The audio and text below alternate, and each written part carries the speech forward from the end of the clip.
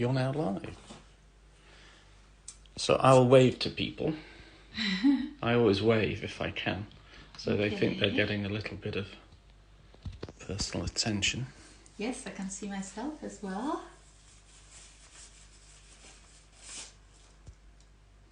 Hello, some people have joined. We are waiting. Good morning, everybody. We are waiting for Chloe. She will be with us soon, I'm sure. Nice to see you all. There she is.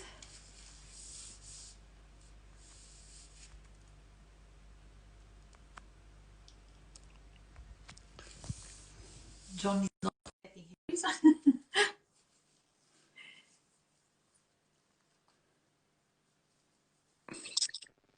Yes. Hello. Hello, Chloe. Hi, Irini. Good morning. Can you see me okay? I'm just adjusting my... Is that okay? Yeah, see you fine. Yes. Yeah. Just making sure I'm in reasonable shot. Good morning. Have you got your cup of coffee? I have. I absolutely have. I've been looking forward to this for ages, actually. Here I have my coffee. Have you got a coffee? No, but I've got a lot of flour. Oh, brilliant. Fantastic. Oh. We just couldn't stop, could we? Because I know. We have. Up. I'm sorry, Irini, it just dropped out for a second. I couldn't hear you. What did you just say? Arabi, would you like to come a little bit closer? When we chatted, so many things came up. Yeah. And I thought, well, we chatted because I was very interested in what we've been experiencing recently, but also the process that I've been going in the last couple of years. I discovered things that were food related that went beyond the nerve aspect. And oh, somebody loved me on MasterChef. Thank you. Oh, somebody else. My name, Scott. Oh, Scott. Is Scott? It's a lovely name. It is, isn't it? And there's another Chloe on the call. Oh, oh, and that's my lovely mother-in-law that's just joined us. Hello, Jenny. Oh, great. Welcome, everybody. You're welcome. Yeah. It's great. So, Chloe, I would really love you to tell what on earth has been going on. But before you start telling us, so that I can work at the same time. Yeah. First of all, we are here. I am thrilled to be talking with you because. Oh, thank you. Me too, actually. Really, really pleased. And thank you for inviting me. You've really got me thinking. You've really got me thinking about the significance of food and having a healthy attitude with food and what it means. I mean, I've been aware of it for many years, but connecting with you has just so much brought it to the center of my attention, which is a good thing. What was I going to say? Yes, so I've had lots of memories from childhood, and one of them was how zen and calming I always found seeing my mum make pastry, roll out peel of pastry. And because I don't have to describe what I'm doing, because a lot of it will be visual and calming, opportunity to chat about really the root of what this chat is supposed to be about, which is not about me making a white, a green pita in spinach and lovely manuri cheese, but it's more about what has been happening during lockdown. So I'm going to make very quickly the dough for the filo, and then while I'm kneading, we cut. But while I'm doing this, because all I will do is add a little bit of vinegar, olive oil and salt and some tepid water. And of course, I'll publish the recipe later today or tomorrow. Fantastic. All I'm going to be doing. So why tell us a little bit about you, Chloe? Yeah, okay. I'm going to say hello to my mum because I see that she's based in Athens and she's come online, which I think is the first Instagram live she's ever joined. So hi, Mum. Hi, Chloe's mum. Yeah, it's funny, isn't it? I love technology. So a little bit about me. Well, for those of you that don't know me, I'm a psychologist. I've worked in this field for many years, working privately to help people overcome any kind of mental health difficulty that they're having. And that could be anything from kind of, you know, depression, anxiety, panic, and eating difficulty. I've done my PhD in trauma and loss, so I'm quite well known, I guess, for that. I do a lot of grief awareness raising sessions. And what I've realized in all my years of doing this is that when we go through a kind of mental health wobble, whatever that is, whether we see it as a sort of clinical issue or just a particularly difficult phase of life, it impacts us fully. And sometimes food and our relationship with food is a vehicle that we use to communicate what's going on for us internally. I know that my relationship with food has kind of been problematic at worst and brilliant at best. I don't know what your relationship with food has been, Irini. Maybe you could tell us a little bit about kind of what your journey's been. But I was a very bad eater when I was little. I don't know why. I was not interested at all in food. yeah. I got bottles and bottles of horrid cod liver oil, but I liked specific things. So Yeah. I always loved fruit, and I always liked sweet things. So all the honey things that grandmother used to make, you know, I used to love. That changed when I grew up a little bit, and then I grew to love everything. I'm not conscious as to what changed in my psychology, though. Yeah. I don't know. I don't remember a specific event that changed this for me. And now, unfortunately, Chloe, I eat too much of everything. Do you? Was that you being a little bit critical there, Irini? Be careful.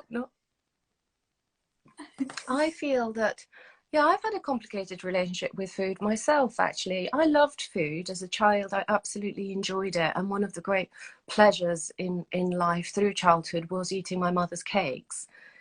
My mother's English, and she held on to a lot of her British baking traditions, I guess. And I felt a little bit different to a lot of my friends who had Greek mums cooking a lot of Greek food. My mum did integrate the Greek cuisine, and we ate lovely food every day. But it was having the cakes that she made that was such a treat. I just, you know, it was lovely.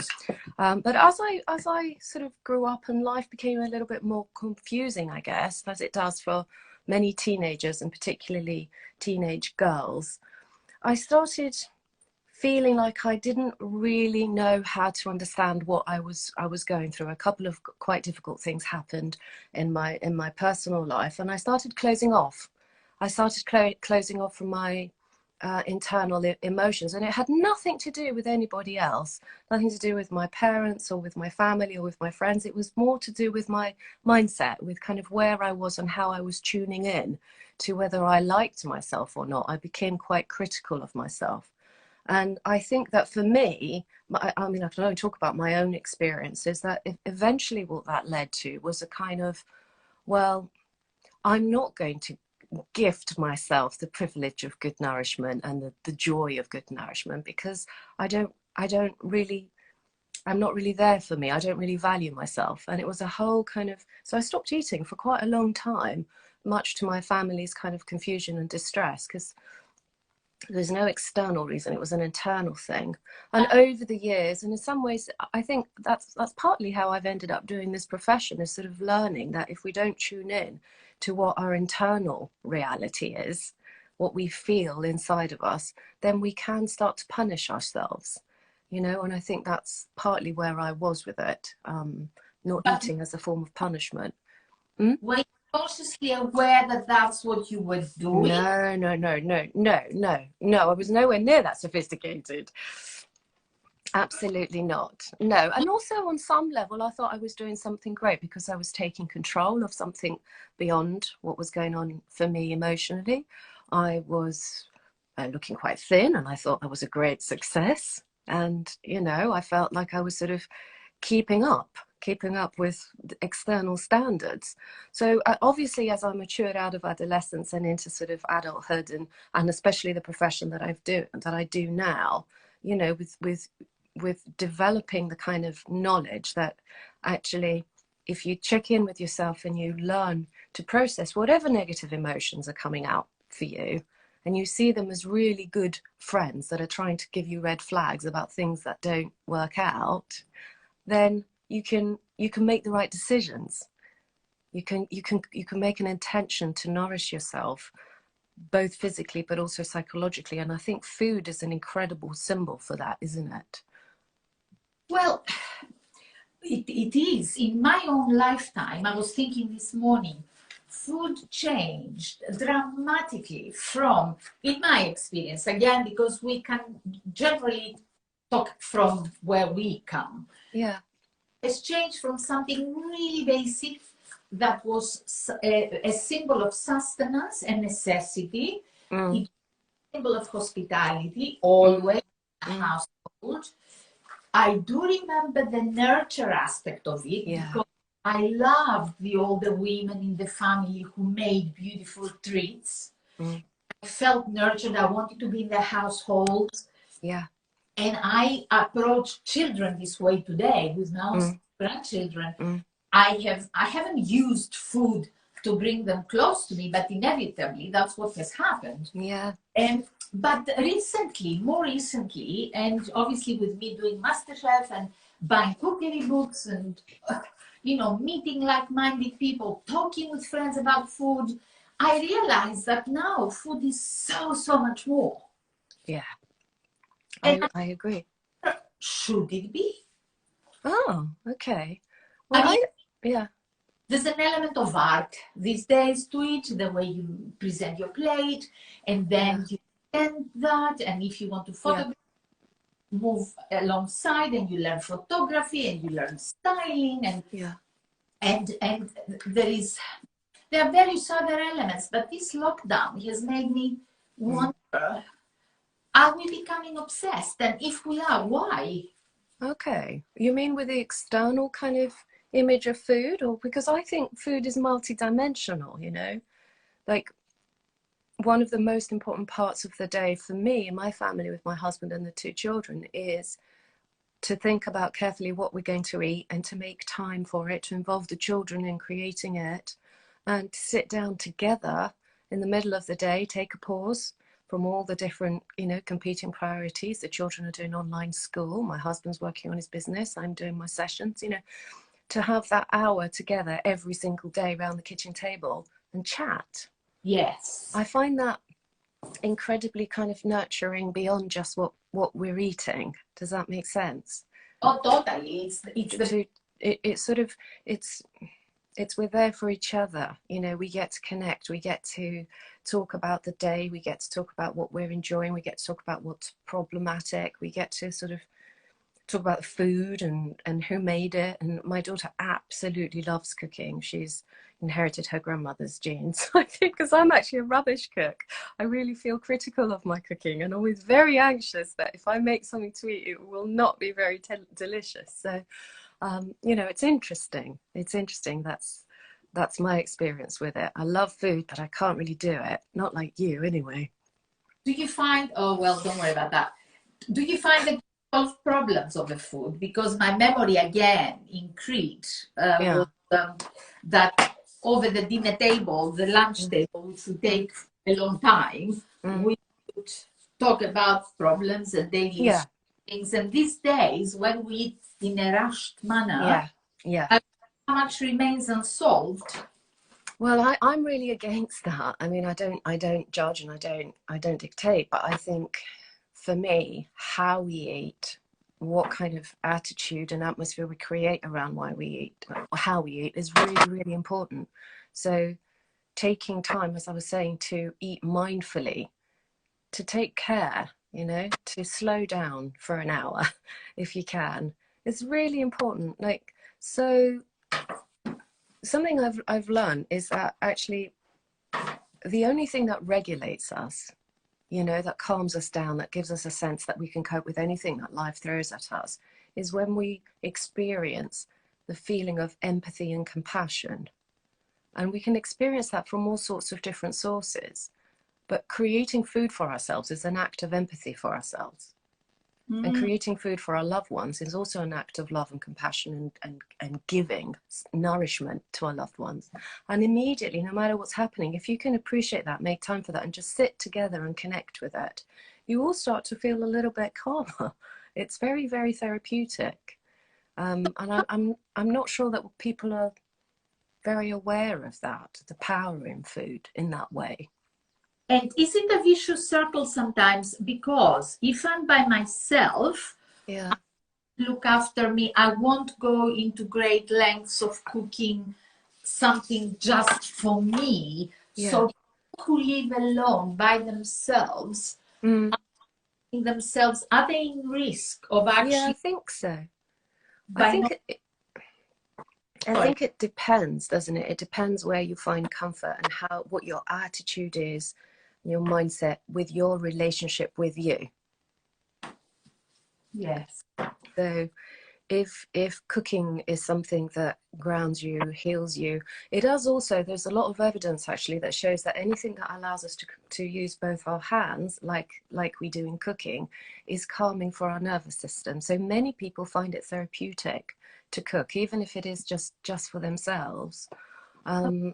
Interesting. I had never heard that before. Yeah, anything that involves the fine motor skills of both hands. So cooking, baking, and other things like gardening, sewing, ironing, cleaning, polishing, model building, anything like that is very, very moderating of our fight or flight response. And I think at the moment, because we are continually in a perceived state of threat. Do you know what I mean by that? With the lockdown, you know, like we don't know what the threat is that we're actually facing. I know I find it quite difficult to assess the risk. Am I okay to go to the supermarket? I have to shield actually for my own health reasons. So navigating that risk, tolerating the uncertainty, finding a place where we feel safe has become much more complicated now, hasn't it? Much more kind of uncertain. So I think... Well, I wondered how much panic, how much that self-preservation instinct was behind emptying shelves and things. Oh, yeah. The fear. The fear. Yeah. Chloe, yes. Very briefly, just to say what we've done so far. Yeah, do. I did knead the dough, as you saw, and I'm resting it now. It needs to rest for about half an hour. Right. This was already rested because I had made a batch previously. Yeah. And if you saw, I split, this was half the dough quantity we just made. Yeah, I split it, I rolled it out, and I'm treating it in a way that is very popular in Northern Greece, particularly Thrace, where they amazing crispy filo pastry. So what happens with these three that we spread with olive oil and butter, I use the combination of both, they're going to go in the fridge and they need to stay there for like 2.5 hours. Oh, right. We want the butter to solidify and the oil as much as possible. And when we get it out, we roll it into the thin filo that we will need to make our pie. Okay. So while that is going to be in the fridge doing that, I will take out of the fridge exactly the same thing that I did previously. Okay.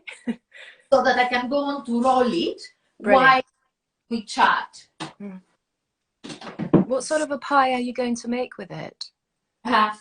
Yesterday, I was given various greens and I thought I would use what I had. So I had some lovely manuri cheese. I didn't use feta, the typical spinach feta pie that we all know with the dill and the onions. This is a mix of curly kale, fennel bulb, shredded and finely chopped, a bit of spinach, and some leeks with the manuri. Now, what will also help make this filo crispy is using corn flour to roll it. Right. As opposed to flour. I use plain flour for the actual dough. Yeah. So now, while I'm actually rolling again, we can continue very Yeah, I am dairy intolerant, unfortunately, because of medication that I'm on. So could I make what you're doing with a lactose-free cheese, do you think? Absolutely. Yeah. You can avoid the cheese if you want. Oh, really? Yeah, sure. Just do it without the cheese altogether. Yeah. Crete, Okay. we make beautiful pies with just white greens. Oh, okay, that's good. That's a And good suggestion. you give flavors in Crete. We mix some chopped wild fennel, marathon. Right. And you can give it a lot of flavor with the spring onions, dill, and their aromatics. Mm-hmm. So yeah, absolutely. You don't need to use cheese. I wanted to ask you a question, if that's okay, whether when you cook Greek food as you do, does that keep you connected with your heritage and your kind of identity as a Cretan? Does that nourish that for you? That is very interesting, because for years I wasn't aware that I was missing out. I was looking forward to going to Crete to eat there. And while I was here, I was experimenting and cooking other cuisines. I loved learning other people's food. Yeah. And I realized how much I had been missing that connection when I started preparing to take part on MasterChef, when they actually said to me, if we do invite you to come, will you please cook Greek? And I thought, oh, well, that's interesting. Now I've got to go into my memory bank and think and remember, and doing that very in-depth connection. And I did more of that while I was writing the book. Yeah. The publishers wanted me to give some of my background apart from the recipes. I realized there were many times I was catching myself crying. Really? Because I was connecting to my grandparents, to their parents, because I was remembering the field where this was picked and that belonged to old Papu Vasili. And stories my mother had told me, and it is an incredible journey, food. Yeah, yeah. And yes, now I find that I connect much with people on that level, because what happens is you start with food and then you talk about other things. You discover things about your family, about your background that you had no idea about. But that's because you're talking about what they were growing, what seasons, what. It's just such a wide subject, isn't it? Oh yeah, it really is. I mean, I notice with me at the moment, because I haven't been able to travel back home to see my family who live in Greece. I'm half Greek. One of the things that gives me a bit of comfort, that connects me with that heritage, if you like, or that part of myself, is making stuffed tomatoes or making stuffed vine leaves, or just making a little bit of time for a bit of Greek food that just reminds me of what I love and who I love. And it goes such a long way, to sort of, like feeling a little bit lighter, feeling a little bit, connected. Yes. And I know my children have the same love now, because we spend our summers in Greece when we can.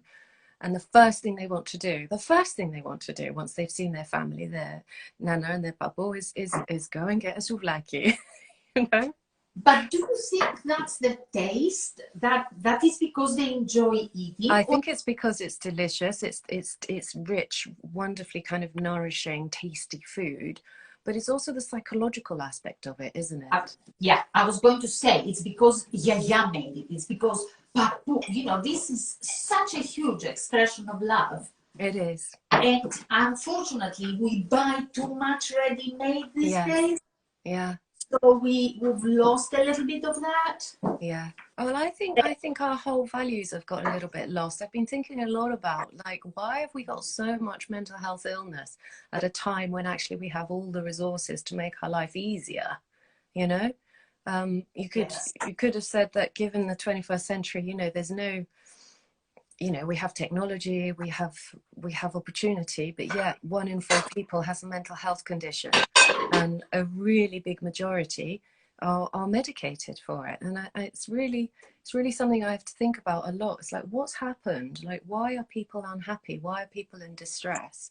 And I think we've been preoccupied with the pursuit of kind of entertainment, quick fixes, and kind of servicing the self rather than servicing the community or servicing others in our world. Do you know what I mean when I say that? Yes, although it's also nice to see that people now with skills, cooking and passion for cooking, they are feeding the community. They are connecting. Yeah, they are feeding the nature. Yeah. So and I think that's been amazing, and that's one of the sort of things that has really been important about the lockdown is stop serving the self and look at serving other people, doing something for the greater good. And that gives us so much comfort, that gives us so much, we become more expansive, I think, when we do that. And so many thousands of people are doing that, which is amazing, isn't it? It's an incredible thing.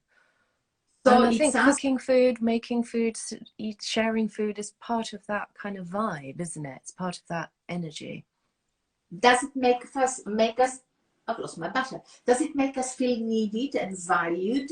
Yeah, I think so. I think people feel connected, don't they? That's so strange. What have you lost? How weird.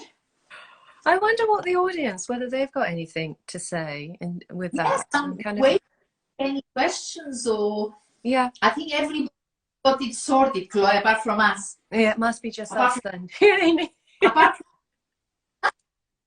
must be. Yeah, in the background. We say sometimes it doesn't have a voice to shout out, hello, here I am. These are not really individual pies, but because my mother used to have one of these huge round, we call it sofra, it must be a Turkish word, a table almost, low level, where she used to make this huge filo. I don't have it, and I think I need to bring one from Greece. Yeah. So I would normally make a big one of these in an oven tin, but I also like those because I like eating the pastry as much as I like the filling. So this way you get more pastry than you do if you use one filo at the bottom of your big baking tin and one filo. But the filo, because you saw we started with 3 layers, it is going to be very crispy. It reminds me a little bit of puff pastry. But it's not, it doesn't... It looks like it's going to be delicious. It's making me very hungry. Oh, I tend to do that these days. If it gives you any comfort, John and I will eat it. You'll eat it? Oh, good. That's great.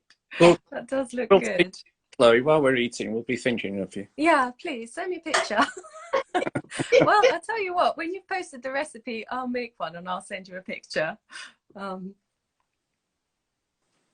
It's intriguing. It's kind of mesmerizing watching you do it, Irini. It's sort of kind of calming.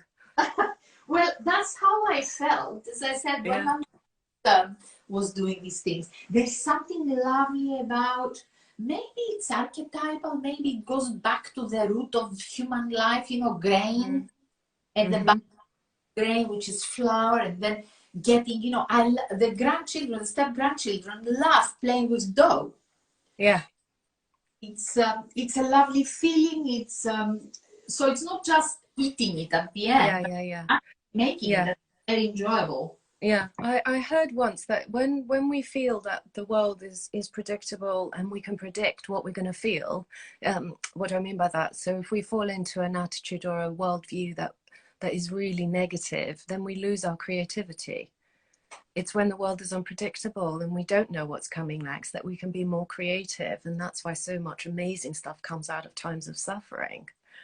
Interesting. It's really interesting, isn't it? And I think having a daily routine to make a decision, you know, an inspired decision or a good intention to create something that you and the family can enjoy, you know, emotionally, spiritually, socially, physically, is an act of self-care, isn't it? It's an act of it's an inspired act, isn't it? To do something creative, to make something greater than the circumstances that you're in, you know.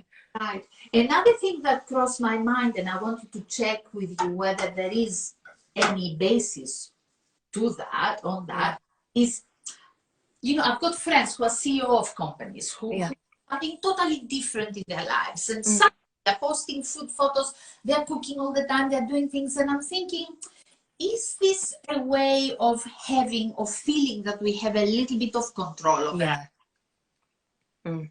I think, I don't know what you're going to make of this, but I think if we surrender our ability to create good food amongst lots of other things that we can create, you know, if we give that up, we become victims of circumstance. But if we make a bid to be creative and to nourish ourselves and to connect with our heritage and with our people, and, you know, we become students of circumstance. And that's a very different mindset. You know, we can look in and say, right, what am I learning here?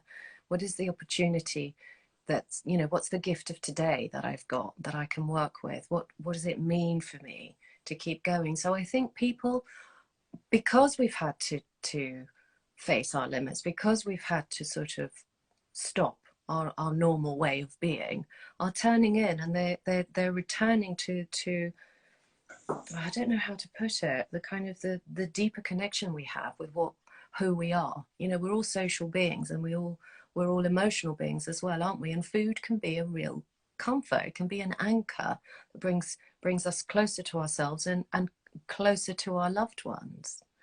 And the thing I've been interested with is kind of people that are alone, and how difficult that is, and how people have resorted to sort of having lunches and having dinners with loved ones through digital technology, that we need it. It's almost part of our kind of humanity to eat together, you know. And I love how young ones these days are really interested in food. You know, children. I've been giving these classes for kids on the green. You know. Oh yeah, I saw that. That looks amazing. Well, there are children whose families were uprooted because they were living in Grenfell Tower. Right.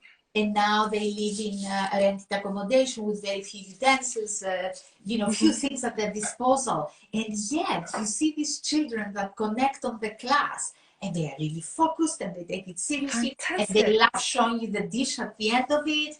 And it's just lovely to see. How lovely. And I love that when you say your daughter, you know, my step-granddaughter, Noah, who is 5 years old, he can't wait to get in the kitchen and start getting his hands dirty. I think that's really important, isn't it? It's very I think it's very anchoring. It's very grounding to figure out that you can have a good relationship with food, that you can create something meaningful in terms of what you experience. It's not just about what you eat, is it? It's also about the psychological benefit. I know that children, babies, if you like, that are not unconditionally loved, or children, and what I mean by that is, you know, the kind of children, if you like, that receive care that's very conditional. So I love you, but I love you because you are how I need you to be. That's very problematic. And the research that I've looked at shows that those babies, you know, babies that are neglected, babies that are abused, or children that are kind of loved conditionally, they stop eating. Chloe, do you see there's a question there? Sorry, I missed it. Can you see it? I didn't see it. I'm so sorry. Let me read it to you. In the past couple of days, we've had traffic jams at reopened McDonald's here. Do you think there is any hope that people will continue to cook, or are we destined to return to our usual easy habits? Thanks, Planet Lester Bakers. That's a really good question. What do you think, Irini? You know, sadly, I think that humans have short memories. We will forget the lockdown. We will forget the things that we've now learned, and because it's happened to us, we've considered travel and the need for it, and all the impact we have on the planet, and we've seen the benefits of the planet now. So, will we remember? I don't know. Because the people who are cooking and posting will go back to their daily lives. I know what it was like for me when I worked in the city, and I would get something quick from a supermarket in the evening. I think unless we change the way we live, going back to the virus, really, it sounds like we need to stop eating a lot of meat. We need to be very careful, buy local, know where our food comes from. It's all this massive, intensive growing, rearing of pigs and hens that helps, viruses mutate. I mean, it shows you that actually, unless we make radical changes, the comfort position, I think, is probably going back to the McDonald's. I think you might be right, but there's a part of me that wants to hold on to a kind of more optimistic potential that maybe people won't make radical changes, but they'll make some changes. Yes. Like if people have to competing priorities and low energy and it's difficult to buy local because you live in an inner city, and how do you do that? Or it's more expensive, you can't afford it, but maybe people will recognize that there are windows, if you like, pockets where they can really invest in having a good attitude, a good relationship with their food and their eating habits.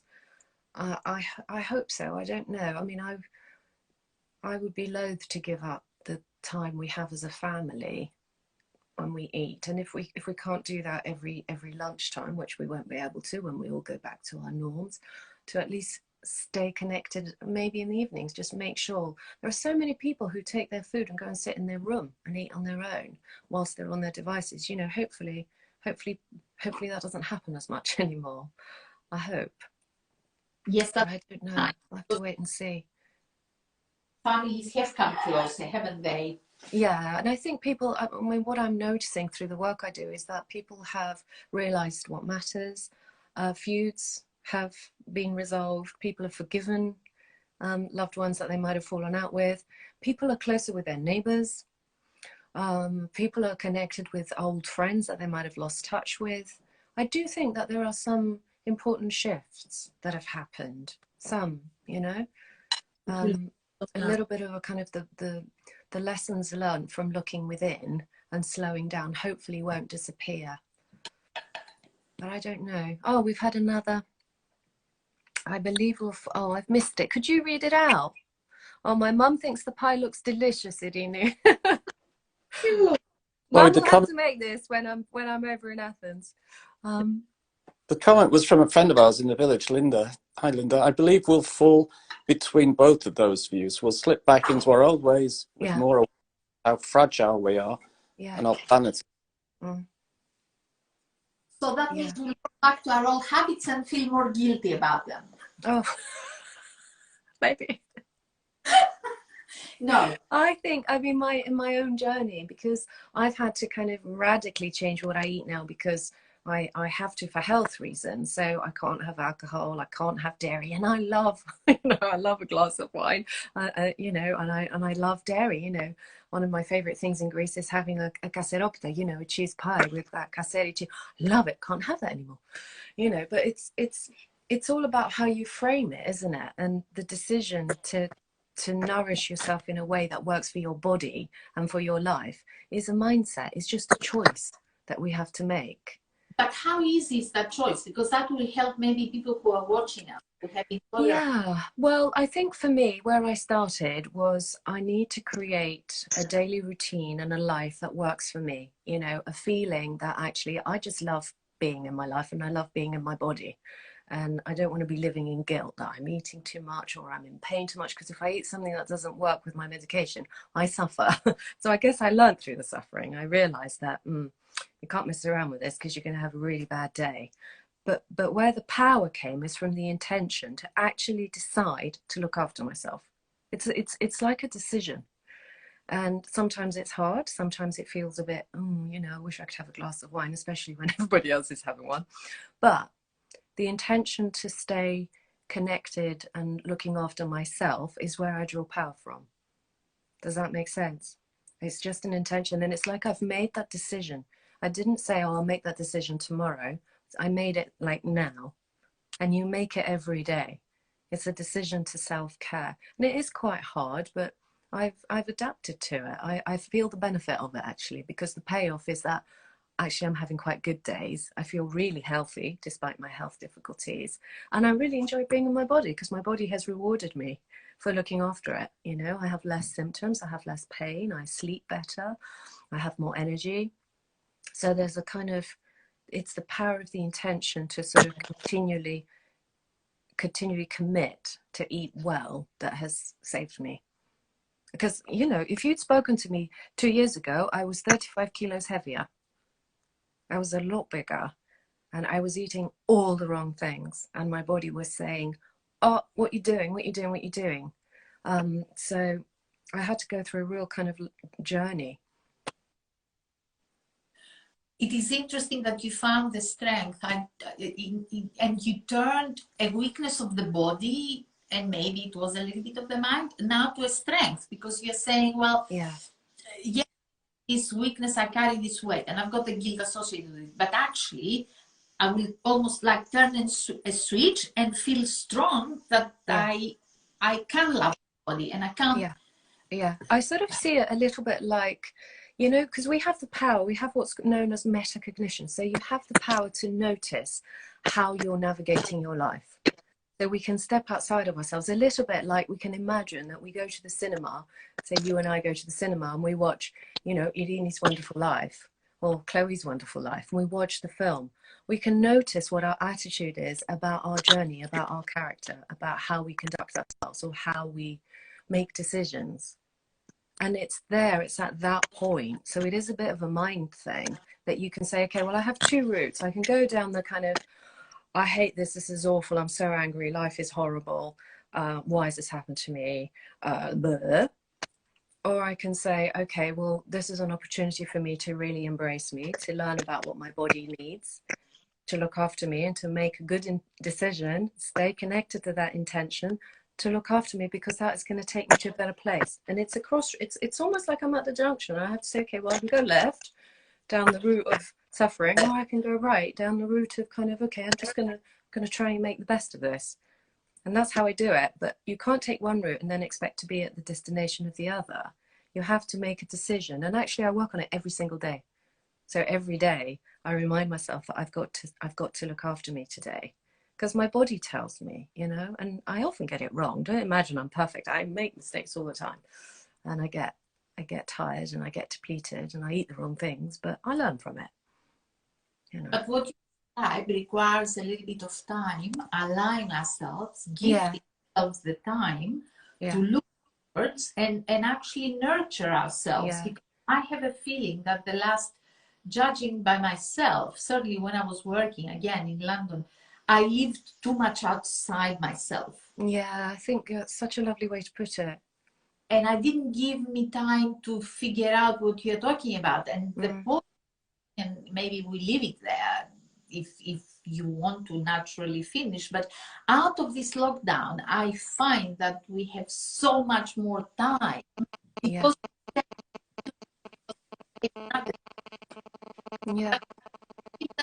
ourselves, you know, go a little bit in and think about what we eat and why we eat it, what we offer to our family, what do we feed our children with, what do we reach for? Do we go for the easy and the quick and the should we take a bit more time, reconsider the way we... I think it's about having, you know, when you say the time to reflect, I think you're right. So many people live outside of themselves, just very busy with life, you know, just getting everything that they need done.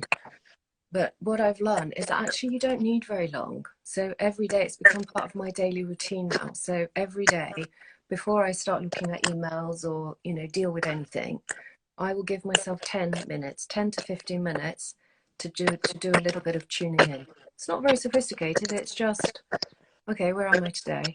How am I today? What's coming up today? Because every day we have an internal world. We don't just have our external world. We have our internal world, and tuning into it gives us that sense of empathy, and it regulates us. And negative emotions do build up. They build up and they become toxic, and we get ill and we get lost and we get anxious, you know. So just releasing it every day has saved me through the lockdown. It's been quite an amazing experience, actually. Yeah, I could talk for hours, you. I'm not sure. You've given us great advice. I think John wants to say something. Only to say that there was a request for you to post a baklava recipe, if you could. There is a baklava recipe in my book, sorry to say, and until that is published, I think I've been advised to stay clear because it's actually an unusual healthy version of baklava. If you can imagine a baklava in a healthy version, that one is, and it's unbelievable. So bear with me until August time when the book will be out, and then I will be able to share the recipe with you all. Fantastic. But Chloe, let me show everybody, if my cameraman can come close, how thin and crispy the filo is. And with this kind of lunch, really, that looks delicious. Just a little bit of a simple salad, but this for me is ideal to get children maybe to eat greens and things that they might not want to eat otherwise, because it's got nice aromatics, and even without the cheese, it's actually quite delicious. So there it is. They're not for one person. You can see they're quite large, but it depends how hungry you are. Can you give me some advice? Because I really become, this is where I fall down when it comes to cooking. I start and I have all the best intentions, and then I think, oh, I'm rubbish at it. I can't do this. And then I get cross. What would you say to me to kind of inspire me that it's okay, you know, that it's worth, you know, how can I overcome that? Have you got any suggestions? Well, first of all, for you to feel better, you are one in millions. Yeah. Because all of us think we are rubbish, and I struggle a lot during MasterChef. I struggled a lot with the praise I was receiving because I was thinking, no, you're lying, there's something wrong with your taste buds. I would look for reasons why I was succeeding or why I was receiving praise, but nothing to do with me and my output.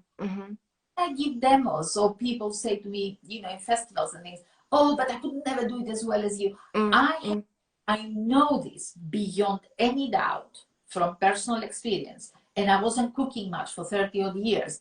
We are all much better than we think we are. Right. And to be the psychologist now a little bit. Yeah, no, do. I love it. It's so important. I like it. I need to hear it. And, you know, I end up sometimes people, oh, for God's sake, it's only food, you know, at the end of the day. Meaning, strip back all the modern nuances that it has to look perfect. It has to be colorful. It has to be amazing and perfect. And go back to the simplicity. What is food for? For us to sustain ourselves, to feed ourselves, to feed the people we love. So once you strip all the excesses, actually, you can do it. If you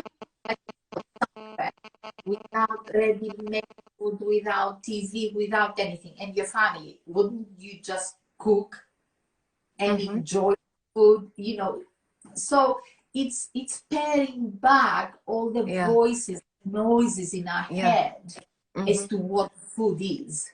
Yeah. You know, and actually, whenever I do cook, and especially if it becomes a shared experience, you know, either with the children or my husband, you know, we end up having quite a good time. We end up having a laugh, and it does bring you together, doesn't it? Absolutely. And if we have the disaster again, I'll say, so what? Oh yeah, I've had plenty of those. All of us. Oh, question?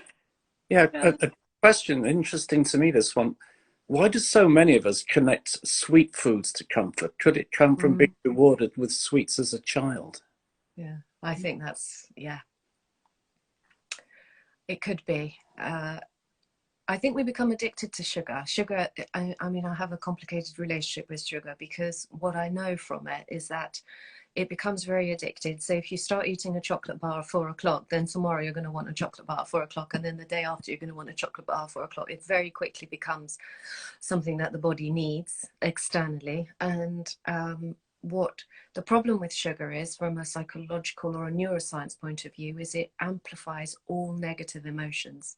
So if you're depressed, let's say, and you're having sugar to comfort yourself with that, what you're actually doing is making the intensity of what you're feeling much more nuclear, much bigger. So you get the quick fix of, oh, this is delicious, but actually it makes you iller as you go on. So yeah, sugar is a difficult one. It's a problematic one. As a child, I loved sweet things, but we didn't have that much sugar. We had honey and things. I don't know if it's just, I don't know if it's simple. I don't know what it is. But you see, very often I would say, oh, my grandfather George had, Yorgos had the sweet tooth and I've inherited it. I don't know if there's any truth in that. Yeah, maybe. I don't know. I mean, it is delicious, isn't it? Having sweet things can be delicious, can be a pleasure. So, you know, I mean, thinking about your baklava, I'm thinking, oh, I can't wait to see that.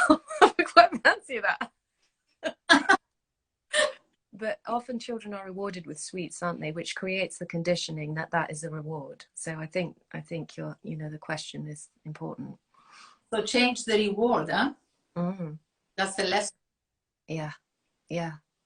I haven't had sugar for ages and ages and ages. And actually it's amazing because now if I have something sugary, it really feels like I'm putting poison in my body. It's quite interesting. And I'm not virtue signaling at all. I've had to do it for health reasons, but it's so weird. It's so weird how quickly the body doesn't actually need sugar. You just don't need it at all. I've heard, but right now I don't want to hear it because my next book, I want it to be about desserts. Yeah. Well, I think there's a place for desserts, absolutely. I'm not suggesting that we give up on desserts, but it's about moderating and, again, our attitude with it. What a lovely conversation to have, Irini. It's been amazing. Thank you so much for the time, for taking up the time, because I know how busy you are. Yeah, it's a really busy time for me. It's the busiest time ever, actually. But this is important, and I'm really grateful that we have this opportunity to connect. I could chat to you all morning. It's so easy to talk to. So thank you so much, Chloe. You're welcome. Everybody for connecting with us. Yeah, lovely. Yeah. Lots of people have been joining. It's really good. I'm really pleased. I look forward to seeing the recipe with that. Yes, tomorrow. Tomorrow. Okay, Irini. Thank you very much. Lots of love. Everybody take care. Thank you, everybody. Thanks, Irini. Take care of our bodies. Bye-bye. Yes. Take care. Bye. Bye. Bye.